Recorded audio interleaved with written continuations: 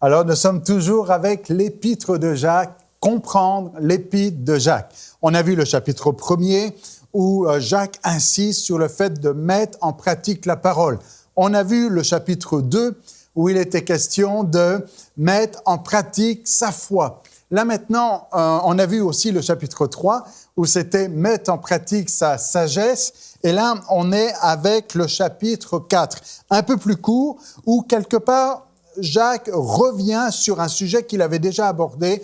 Il était question de tension, de division, de querelle, et il reprend au chapitre 4, verset 1er. Notez bien que on l'a déjà signalé, Jacques met les pendules à l'heure, il recadre, son épître a pour but de ramener à l'essentiel, de ramener à Jésus, de ramener à l'enseignement de Jésus, de ramener au cœur du message, de ramener aussi à l'enseignement de l'apôtre Paul, sans aller plus loin que ce que Paul avait dit et pas déformer ses enseignements, mais il ramène tout ça ensemble, donc il fait un acte de correction, de rectification, et puis là, il continue avec le chapitre 4, où maintenant il va expliquer les anomalies. Chapitre 4, verset 1er, voilà comment ça commence. « D'où viennent les conflits, d'où viennent les querelles parmi vous ?» Et c'est une question qui pourrait se poser aujourd'hui encore. Mais d'où ça vient tout ça? D'où viennent les querelles, les conflits? À moins que chez vous ce ne soit pas le cas, peut-être que je me trompe, mais est-ce que vous connaissez dans l'Église quelques conflits, quelques querelles dans votre ville, dans votre pays, dans votre région?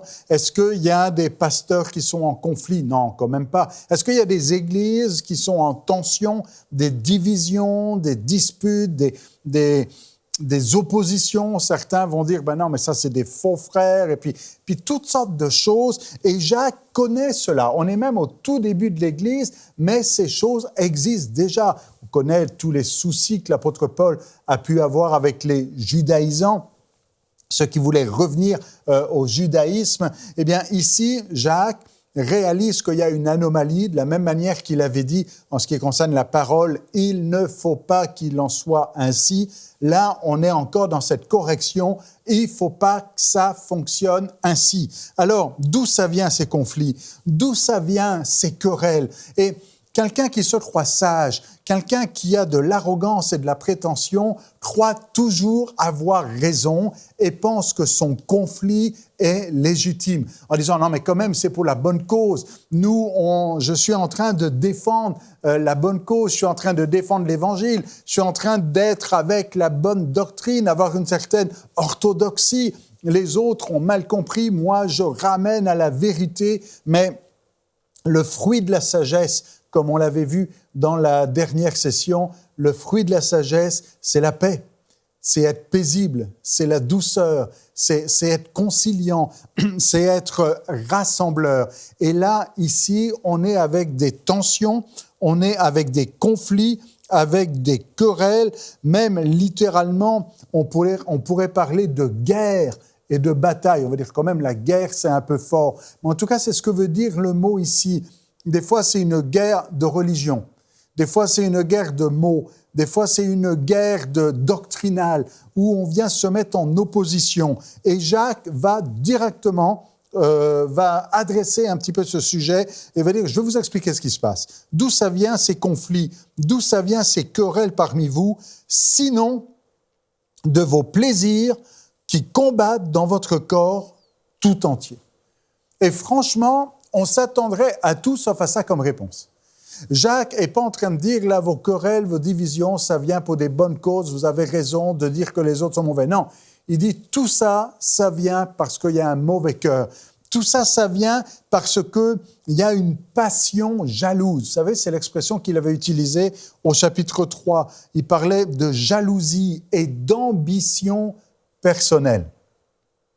Et là, je vais faire attention à ce que je dis parce que je vise personne, mais malheureusement, il y a beaucoup de tensions, il y a beaucoup de divisions, il y a beaucoup de querelles et de conflits dans les églises qui viennent d'ambition personnelle, qui viennent d'agenda personnel. Parce que on a sa propre vision et on veut attirer le monde à nous, ou alors parce qu'on veut avoir raison, ou parce qu'on veut s'imposer. Et Jacques est en train de dire ici, s'il y a de la guerre, s'il y a des batailles, s'il y a des conflits, s'il y a des querelles, ça vient de nulle part ailleurs que de vos plaisirs qui combattent dans votre corps tout entier, d'une lutte intérieure.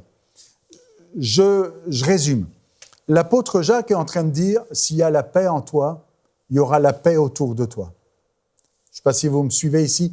S'il y a la paix en toi, il y aura la paix autour de toi. Si le prince de paix est en toi, si la paix de l'Évangile t'habite, si tu es rempli de cette paix, tu vas être un ouvrier de paix.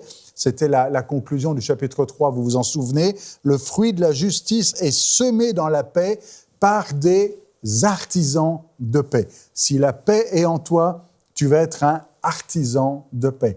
Mais s'il y a à l'intérieur de toi des querelles, des passions jalouses, des plaisirs qui combattent dans ton corps tout entier, alors ça va produire des querelles et des divisions. Alors que c'est important de faire le point et peut-être de prendre le temps là et de réfléchir et de dire où j'en suis.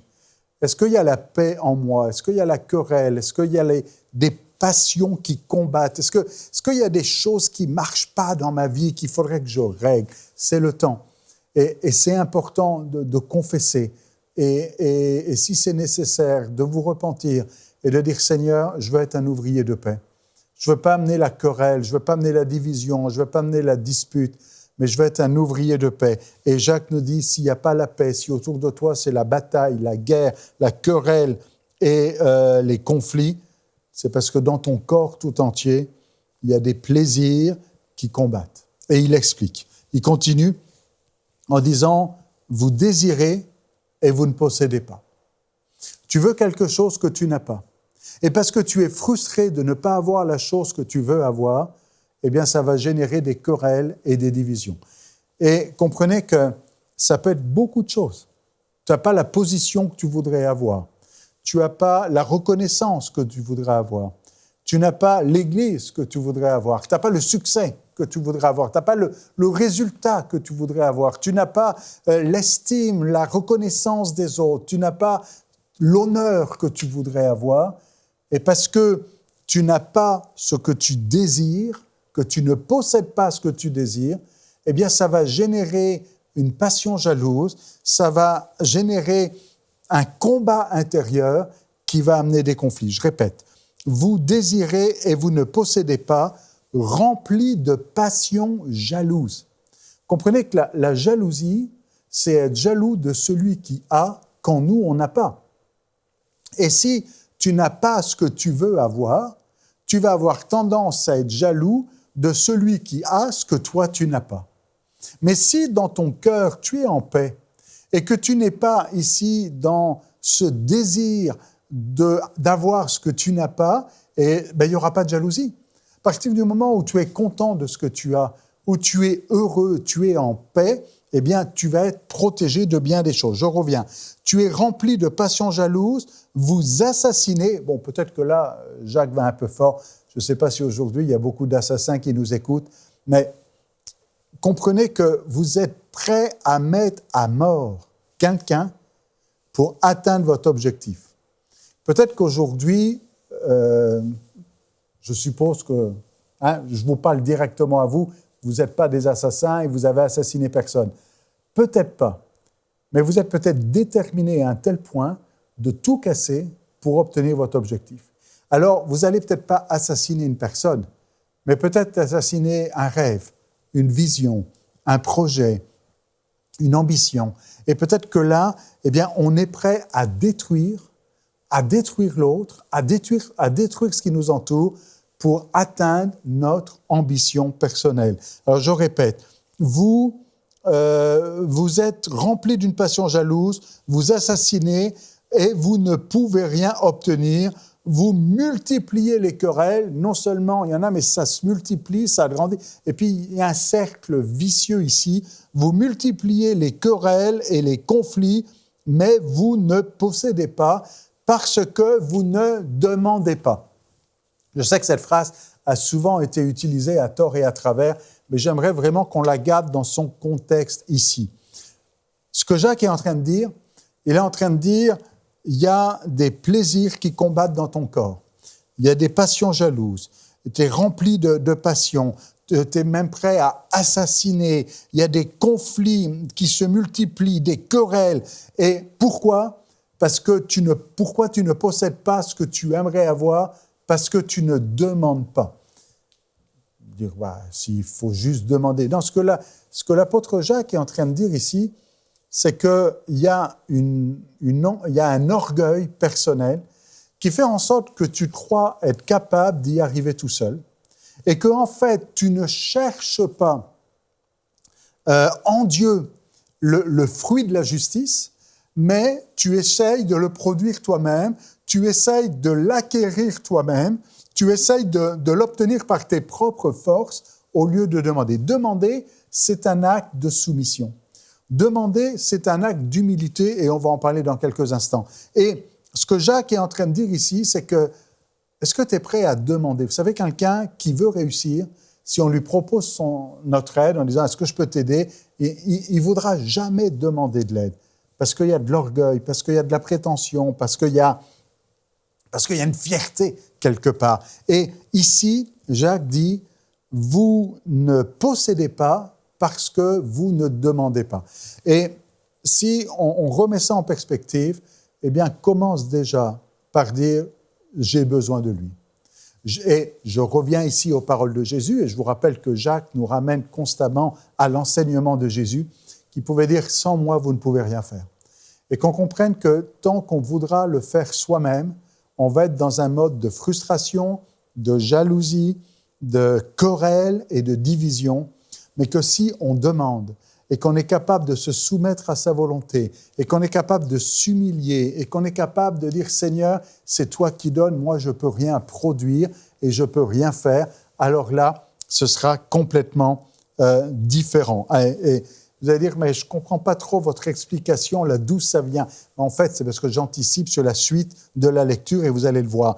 Il dit « Si vous demandez, vous ne recevez pas, parce que vous demandez mal, afin de pouvoir dépenser pour vos plaisirs. » Il y a deux choses là-dedans. Il y a la première étape, vous ne possédez pas parce que vous ne demandez pas. Et il dit, peut-être que vous avez demandé, mais ceux qui ont demandé ne reçoivent pas parce qu'ils ont mal demandé. Ils n'ont pas demandé pour la bonne cause, ils ont demandé pour assouvir leurs besoins, pour dépenser pour leur plaisir. Ils n'ont pas demandé la volonté de Dieu, ils n'ont pas cherché le royaume de Dieu et sa justice, mais ils cherchent ici leur propre intérêt. C'est un petit peu comme si on demandait à Dieu de venir agir dans notre intérêt. Mais nous ne sommes pas appelés, frères et sœurs, à prier Dieu pour agir dans notre intérêt.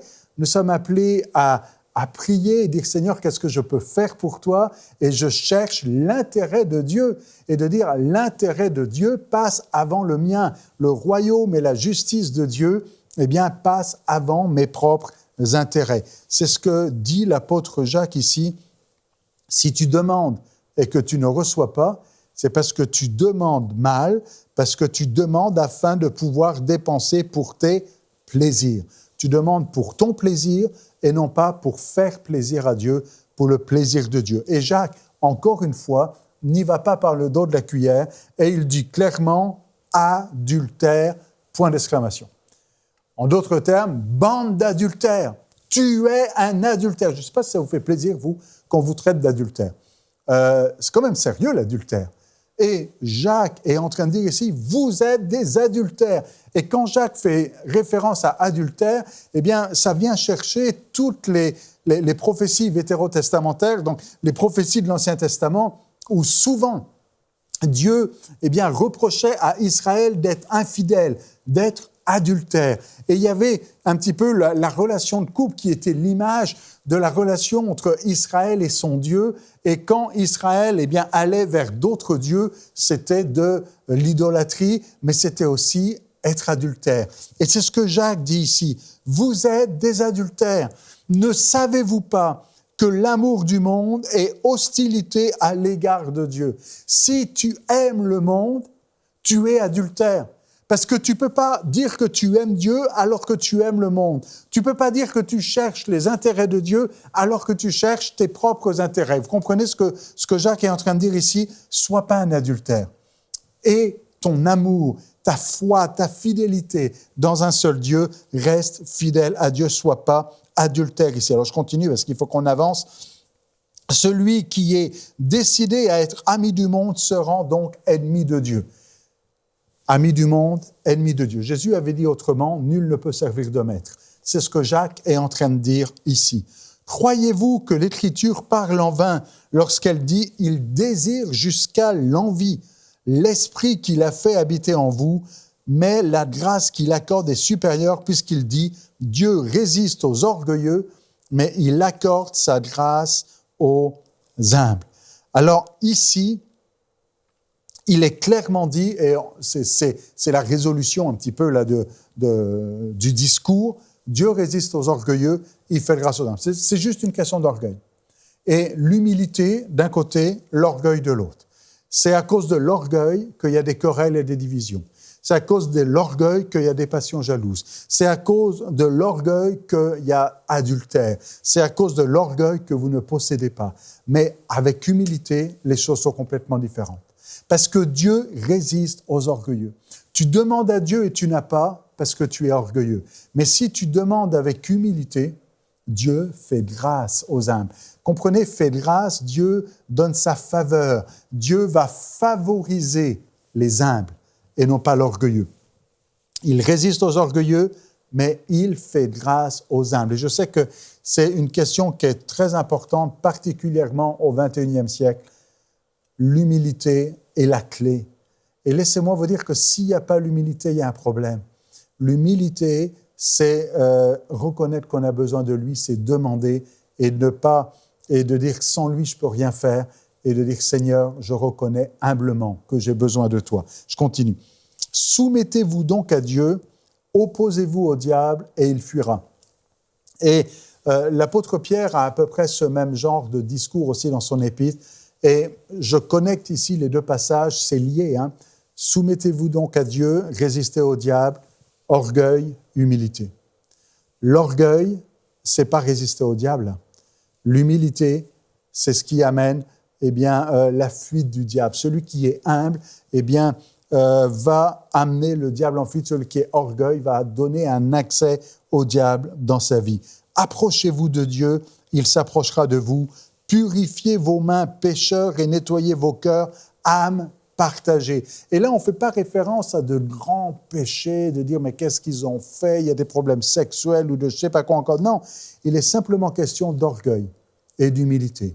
Et de dire que quand tu es orgueilleux, tu as besoin de purifier tes mains, tu as besoin de nettoyer ton cœur, tu as besoin de ne plus avoir une âme partagée, ne pas être adultère ici, mais être à Dieu tout entier. Reconnaissez votre misère. Et là encore, Jacques fait appel à la sagesse en disant, tu as besoin de la sagesse de Dieu. Demande la sagesse de Dieu pour comprendre et voir dans quelle situation tu es. Reconnais ta misère, mène le deuil s'il le faut, pleurez, que votre rire se change en deuil et votre joie en tristesse. Alors, abaissez-vous, il conclut tout simplement avec ça, abaissez-vous devant le Seigneur et il vous élèvera. Et c'est ça la clé. La clé, c'est cet abaissement, cette humilité. Ici, dans la NBS, c'est abaissez-vous. Dans d'autres traductions, c'est humiliez-vous devant le Seigneur. Être capable de se courber, de s'abaisser, parce que Dieu fait grâce aux humbles. Alors, aujourd'hui, s'il y a des tensions, s'il y a des querelles, s'il y a des difficultés, réfléchis en disant, où en es-tu par rapport à l'humilité? Où en es-tu entre l'orgueil et l'humilité? Et si on a l'impression d'avoir un cœur orgueilleux, le meilleur remède, c'est l'abaissement, c'est l'humiliation. Non pas se faire humilier, mais s'humilier soi-même et de dire, je m'abaisse et je laisse le Seigneur conduire et diriger. Et là encore, la section qui vient après, le paragraphe suivant, ce n'est pas un nouveau paragraphe, mais c'est une suite logique. Et dans cette suite logique, Voilà ce que dit Jacques. Ne vous accusez pas les uns les autres, mes frères. Ça a commencé, le début du chapitre, avec des querelles et des divisions. Et là, c'est comme si on précise un petit peu, querelles, divisions ici, viennent dans l'accusation. Arrêtez de vous accuser les uns les autres. Comprenez aussi que quand on s'abaisse, on ne s'accuse pas les uns les autres. Quand on s'élève, on se met au-dessus des autres. Et c'est facile d'accuser l'autre en disant « ce que tu fais n'est pas correct, toi tu n'as pas la bonne affaire, moi je suis plus juste que toi, moi j'ai raison, toi tu as tort ». Ça, c'est une position d'orgueil. Mais avec humilité, les choses deviennent différentes, avec douceur. Vous vous souvenez du fruit de la justice? Avec douceur, avec conciliation, eh bien, être un artisan de paix qui recherche la paix. Alors, je viens ici à ce que Jacques est en train de dire, et là, on voit que Jacques est en phase avec l'apôtre Paul à 100%.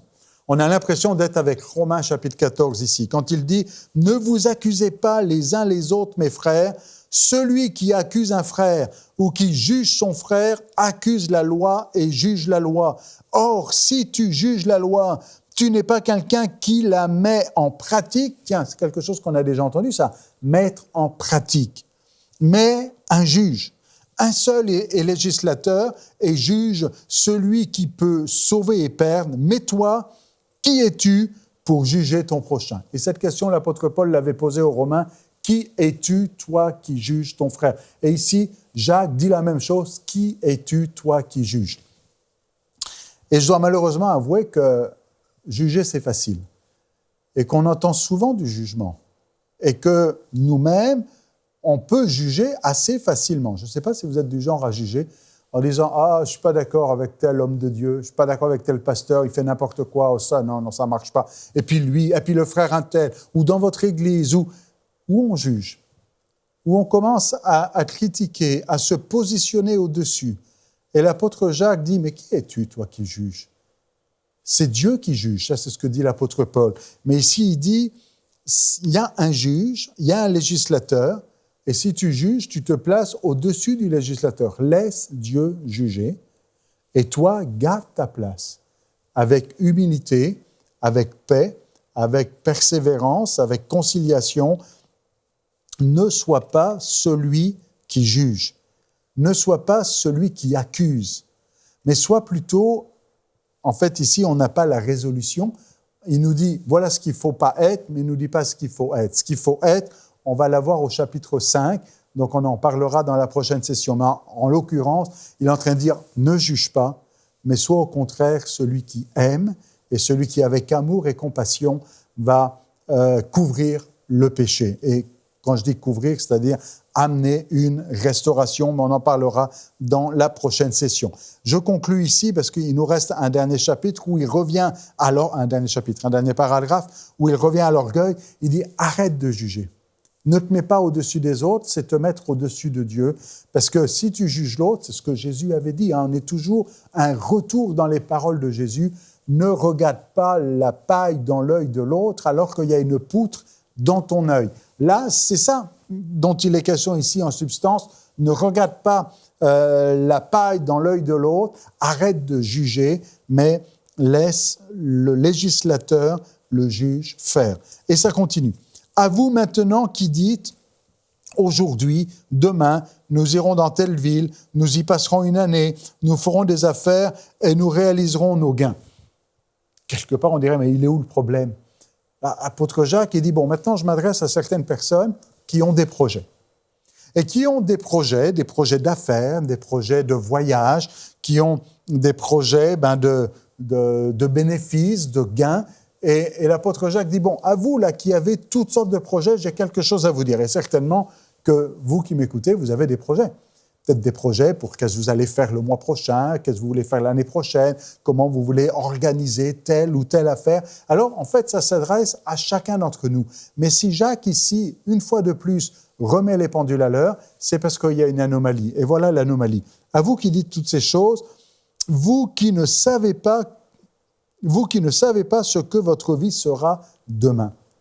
Jacques est en train de dire, vous faites beaucoup de projets pour l'avenir, mais tu ne sais même pas ce qui va se passer demain.